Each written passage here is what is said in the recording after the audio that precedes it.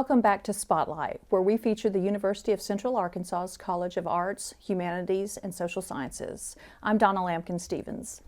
And joining me today is my new friend, Dr. Katelyn Knox, who is the interim chair of the Department of Languages, Linguistics, Literatures, and Cultures. You got it, Donna. So, welcome, Katelyn. Thank you. So first, let's talk a little bit about you. So where'd you grow up and do your degrees, and how did you wind up here? Yeah, so I actually had a bi-coastal existence, let's say. I grew up in the Southern California area, but then when I was about 10, my family moved to the DC area. Oh. So very multicultural areas, both. I went to undergrad in Massachusetts and then grad school back in Southern California at UCLA. Okay. But when I was in the DC area, my mom actually always worked in public health. Oh, okay. And so when we were in that area, she specifically was supporting families whose children were living with sickle cell disease. And so there I got connected up with West African families and realized that many of them spoke French.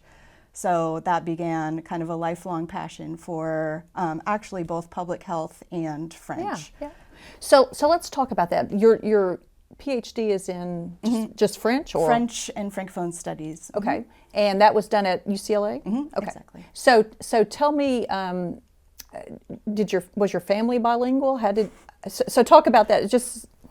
Yeah, not at all. I think my parents had a pretty typical story pretty typical for many families where, folks take languages in high school and or college and then forget a lot of it afterwards. But I think they still appreciated the intercultural competencies.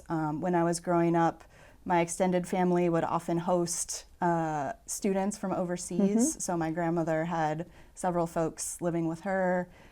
Speaking different languages or all French?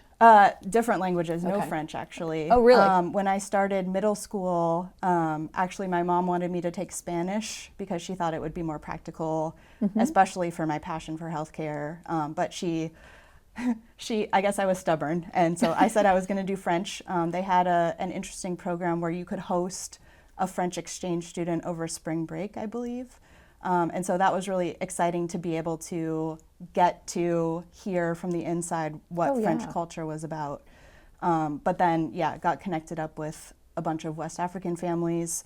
My mom, so sickle cell is a disease that's common among equatorial areas. So she had a lot of Spanish-speaking families that she worked with as well. And so whatever little Spanish she could use, the families were always happy to connect with her in that way as well. So at what point, you wanted to study French and French culture.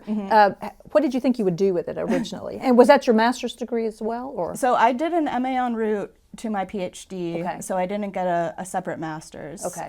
But your undergrad was in what? My undergrad was in French studies with a concentration in African studies, and then also I was like one class shy of a biology major. Oh, wow. Okay. So I always thought that I was going to do something public health related, and I realized that especially French would give me the opportunity to engage with populations that I wanted to serve.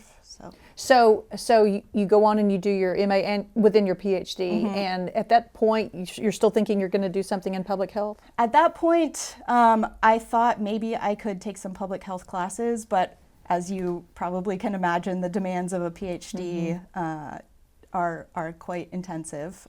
So at that point, I did switch over more to French and Francophone cultures exclusively. But I did realize that still pursuing a PhD in French and Francophone studies, while it wouldn't allow me to do the health side of things, my specialty is in African studies and contemporary issues of race and ethnicity in France. So I was still able to come at my passions, but just from a different angle. Oh, great. And so you finish up and you're ready to go on the job market. So tell me about that. I'm assuming this is your first and only job. Correct. Okay. Yes. Yeah. So the academic job market even back then was pretty tight, let's say. I did apply for several positions and I ended up here, but it's funny. Everyone assumed my first couple of years, coming from Los Angeles, you must hate it here. And quite the contrary. I really enjoy being in a small environment, really community friendly, and yeah, just really happy to be So you here. got here what year? 2013 in the fall I started. And so you started as an assistant professor of French, and tell us about the department at that point, because I this show has evolved from the old College of Fine Arts and Communication. We've never had anybody from languages on, so talk about the department that you came into. Sure. So yeah, at that time, I would say the languages that we offered are pretty much still the same, but it was a department of world languages. Under Philip Bailey. Yes. The longtime people may know Yes. Phil Bailey, yes. People might know Philip Bailey, an excellent chair, huge advocate for languages. At that time, as you mentioned, we were in the College of Liberal Arts, and Dean Maurice Lee was the dean when I came in. We still had the same composition of languages. Which are, let's go ahead and talk about this. So Spanish, French, German, Chinese, and Japanese. Okay.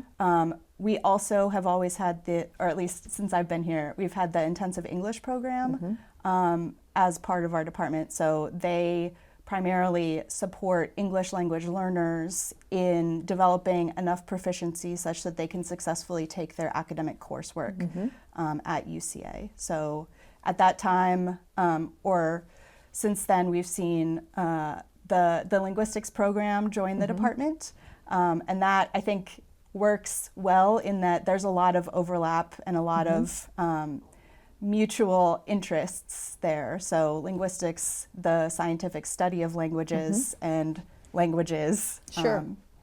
Works well. So at that time, I mean, were there other people who taught French? Or okay, so talk about that. At that time, yes, there was a visiting assistant professor, I believe, or a visiting lecturer, another part-timer, and Dr. Bailey was... His specialty was French. Exactly. Okay. So you were sort of the first, I mean, the only full-time permanent person at that time in French. I believe so.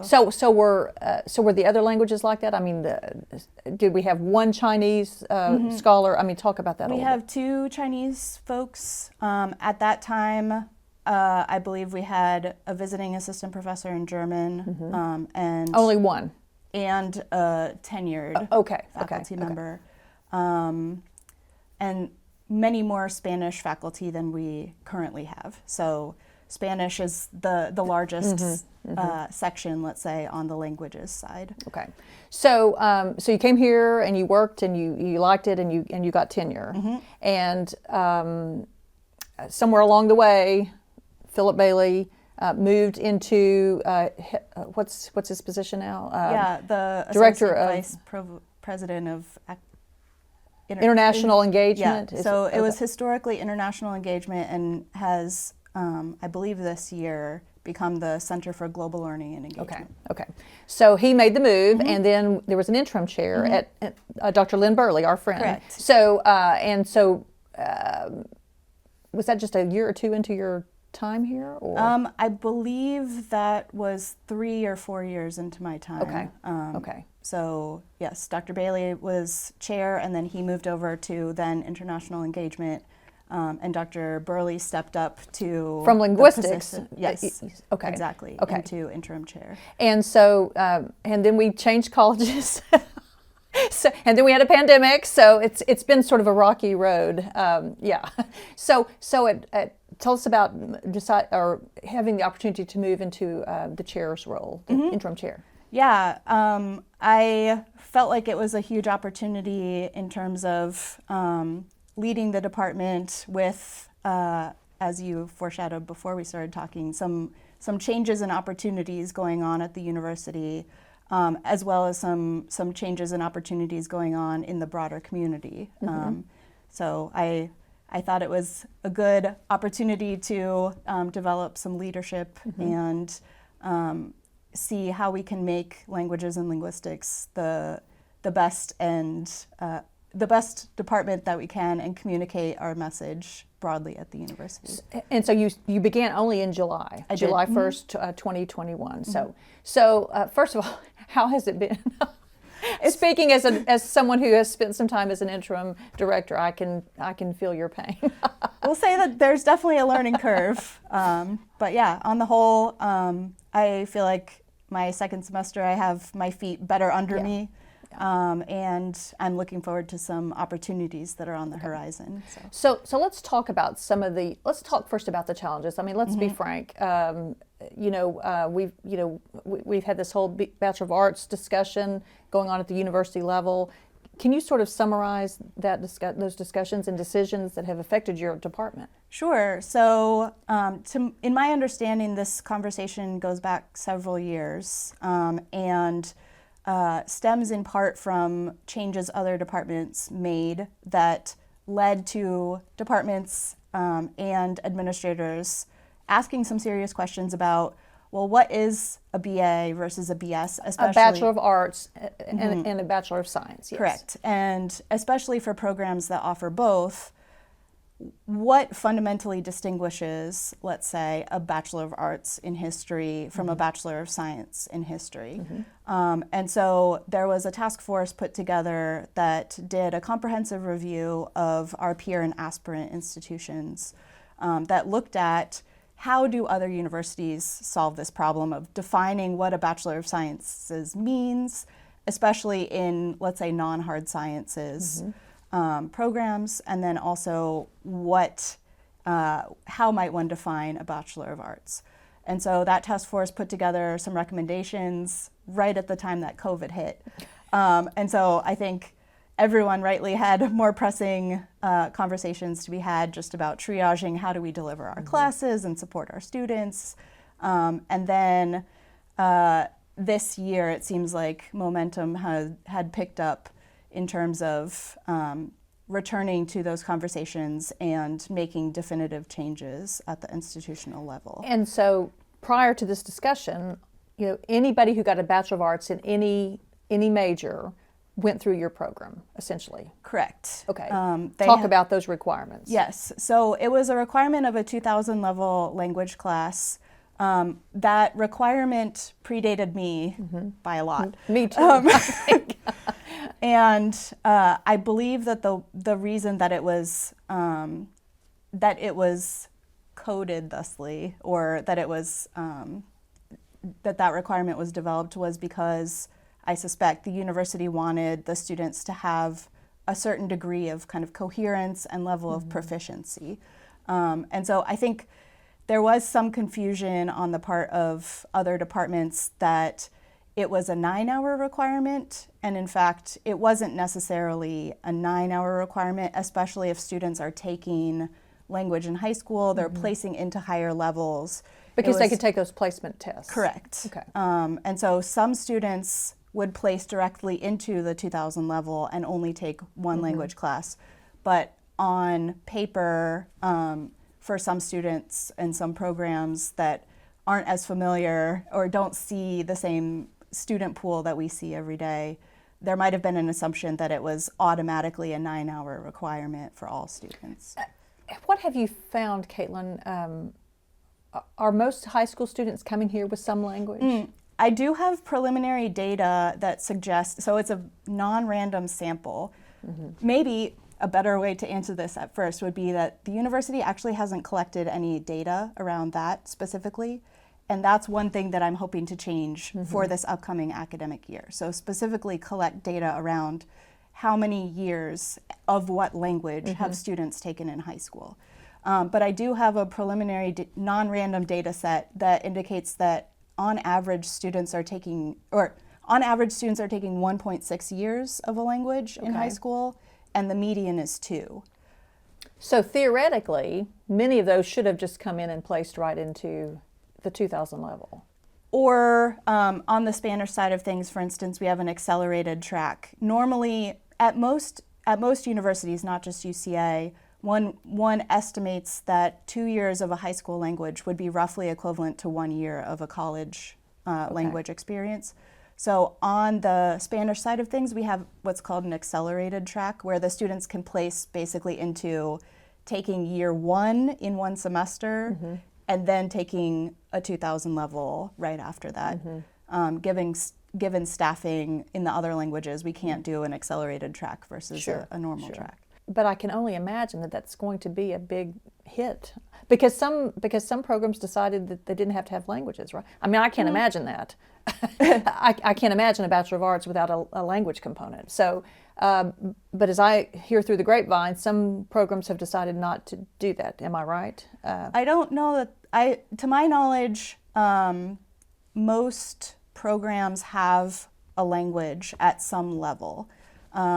Certainly there are very select programs that might define language more broadly than Okay. just a foreign language. But to my knowledge, almost every major is keeping a foreign language to some degree. Okay. Whether it's not the 2000 level across But the board. and also maybe is that one of an option? I mean, is that what I've heard, that maybe there were options that some could do a language and some could do something else? Most are keeping it's a language plus Okay. potentially an option. Okay. That's good. But how will that affect your department? I mean, because can you just give me ballpark how many students were coming through for the special degree requirements? Right. So it's certainly been a data-driven fall semester for me as I've been trying to quantify the impact. But actually what struck me when I was working through the data was just how many students we have in our classes that are not taking it for the BA requirement. For instance, a lot of pre-med or biology, health sciences students. I think the bigger thing that we'll be working on in the upcoming year is it seems that historically the language requirement or the BA special degree requirement has been viewed by many as a graduation requirement, and therefore students don't necessarily start taking their language until T-3 semesters before graduation. Oh. And we don't think that that's a good experience for No. anyone involved, right? No. So certainly it's hard to say exactly how, especially given that foreign language will be kept, but not to the same degree necessarily, and might be one of several options, is required plus maybe some other options. It's hard to quantify the exact impact, but what we're hoping to do in the upcoming year especially is start to get students in a language in their first year. Yes. And so I think, and that if we look at on the Spanish side, historically it's overwhelmingly juniors and seniors or sophomores and juniors in the first semester. Really? I would have thought they would have gotten in there as a freshman. Not given the data that we have. I have advised mine to get in there as a freshman. So we're definitely putting some measures in place to try to get students into a language in their first semester. And I think that will lead to a better experience all around. Oh, yeah. And if our classes, especially at the 1000 level, have not historically been primarily first years, I think that those measures might be able to counteract some of the potentially negative impacts. So let's talk about, what's how many faculty do you have, and I guess what are their specialties? Sure. There's a lot, but It's a big department. Correct. If we're talking You don't about, have to list them all, but Okay. but like Spanish, how many are Spanish? So we have generally 5. Okay. And their specialties range from medieval literature all the way up through Latin American cultural studies, cross-dressing pirates, Mexican soccer. Let's see. Yeah, so a wide swath of the Spanish Civil War representations and echoes of the Spanish Civil War in literature. So we cover all basically Spanish-speaking places. We also, on the Spanish side, have the Latin American and Latino studies minor. So not just studying Spanish-speaking places elsewhere, but Spanish-speaking communities in the United States. Great. And about how many majors do we have in Spanish? Majors and minors. I mean, if you've got those numbers. Yeah, I believe last I looked, 24 current declared modern languages majors. Okay. Yeah. Because the major is modern languages, and you have a specialization in Spanish or French or Correct. Okay, okay. And but the minor is just in the language, or is it the? Yes. Okay, okay. Yep. And so, how many French faculty? We have 2 plus 2 part-timers who are supporting us. Are you counting yourself Yes, in there? I'm counting myself. Okay. So it's myself and Dr. Okoli. Yes. And actually, it's pretty amazing because typically, especially at R1 institutions or larger universities, you would expect to have, for instance, someone who specializes in 19th century literature, someone who specializes in medieval literature, et cetera. But one of the things that I'm proud of about the French side of things is that both Dr. Okoli and I study Francophone cultures. So she studies the Caribbean and French-speaking America, as well as a little bit of West Africa. And my specialty is West and Central African literature and culture, and then contemporary France. Dr. Okoli also does some 19th century literature and culture, but by proportion, we are one of the most Francophone units. Great, yeah. Very complementary of each other, yes. so yes, okay. And then two Chinese? Yes, so we have Dr. Jia Zhu, and Dr. Guo Zhuang. And Dr. Zhuang heads up the Center for the newly created Center for Chinese Language and Culture as well, which is affiliated with the Center for Global Learning and Engagement. So we have the only Chinese major in the state. And Dr. Zhuang worked tirelessly over the past many years to establish successful Chinese language programs in K-12 schools in the area. So actually, because of Dr. Zhuang's efforts, I believe at last count it was almost 1,000 Arkansan high schoolers were taking Chinese in a self-sustaining way. And that will, I mean, that should give us more students to come and major. Hopefully. So, and we're still offering Japanese. Yes. Okay, that was a little bit of a hiccup there for a while. So, okay. So one Japanese faculty member. Okay. And that's all right. German. Oh. German. Didn't Dr. Did he retire? He has not retired yet. Okay. Okay. So, and let's talk a little more about the major. It's a modern languages major. So did they take a little bit of all the languages, or? No, the way that we've put together comprehensive programming, so the students do the bulk of their hours in their language that they're learning, but all of our modern languages students take some linguistics classes. So they learn broadly either about world languages or how languages work. Okay. So you mentioned some opportunities. So what are some other opportunities? I mean, we've had plenty of challenges, but let's talk about some opportunities. Yeah. With the new college and just all kinds of things. Yeah, I mean, there's a lot going on, but opportunities to get more first-year students into language classes. With the Wingate Center, Dr. Okoli is actively working on projects to see if we can get multilingual signage and or materials for our visitors who would prefer to visit in a different language. We're working with hopefully working with the Buffalo National River Park to help them produce 50 years today, I think, as we shoot this. To help them produce materials for their Hispanic and Spanish-speaking visitors. We have an active project going on with occupational therapy, which is a PhD granting program at UCA, but obviously that coordinates with some of the undergraduate programs in health sciences to just better understand the needs of practicing OT alums. The preliminary reports that we have indicate that most of them have encountered a situation in their professional lives where additional languages and or cultural capacities could have been beneficial, like putting together a treatment plan that takes into account a child's family's holidays and cultural background. And so this semester, actually, we're offering what's called a community language school class taught by Logan Evans. She's a UCA Spanish MA grad. who went on to get her translating and interpreting license.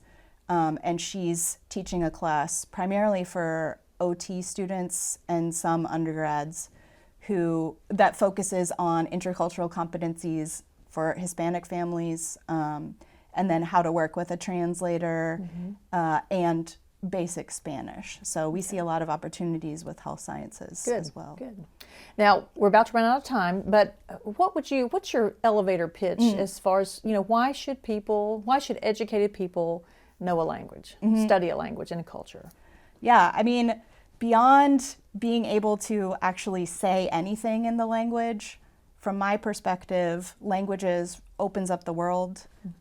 It plays into our slogan of go here, go anywhere. And then also it gives you other cultural perspectives that help you, even if you never are able to go anywhere, critically look at your own culture and realize that not everyone does things the exact same way, and can make you therefore a more creative problem solver. That's good. And just a better citizen. That too. Well, Katelyn, thank you for joining us, and we'll have you back at some point in the future. We'll see how these opportunities have gone, and welcome to Spotlight, and we'll see you next time, okay? Great, thanks. Join us again next time for Spotlight.